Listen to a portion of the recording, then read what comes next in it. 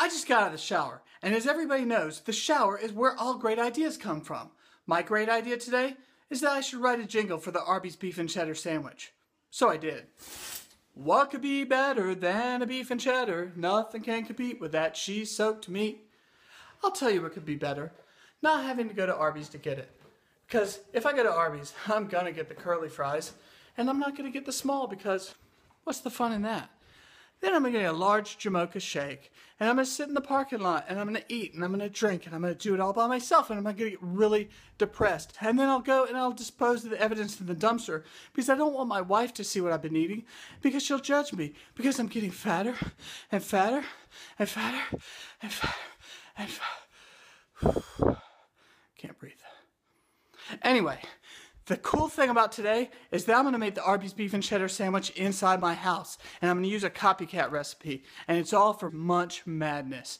So let's get started. Once I put on my clothes. Here we are in the kitchen, and it's time to make the Arby's beef and cheddar. But as everybody knows, you cannot have a beef and cheddar without the Arby's sauce.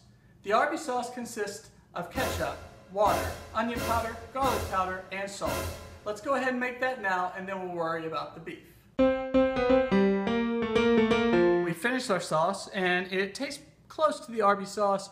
It's a little bit sweeter. I'm not sure if you want to add more water or whatever, but it will work for our purposes. Now we are going to sauce the buns, and I am going to avoid any innuendo.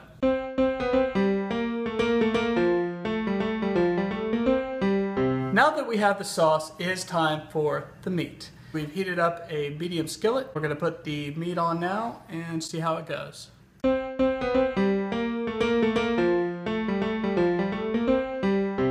For the cheese, it is 2 tablespoons of milk and 4 ounces of American cheese. And there's nothing more American than Velveeta. The meat is done. The cheese is done. Now it's time to find out how good it tastes. Really, you can't go wrong when you have meat and cheese. Would you look at that meat? Look at it. Would you look at that cheese? Look at it. Now, we're going to put it all together on the bun, and we're going to stick it in our mouth and see if it's any good. You ready?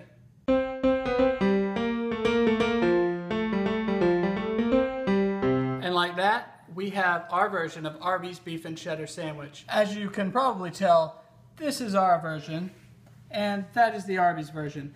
It looks very similar, except ours is not smushed. I'm going to taste the Arby's first. That actually wasn't bad, but I'm really excited to try our Arby's beef and cheddar because I think it's going to be better. Here we go. I have to say, this version is superior to the Arby's beef and cheddar.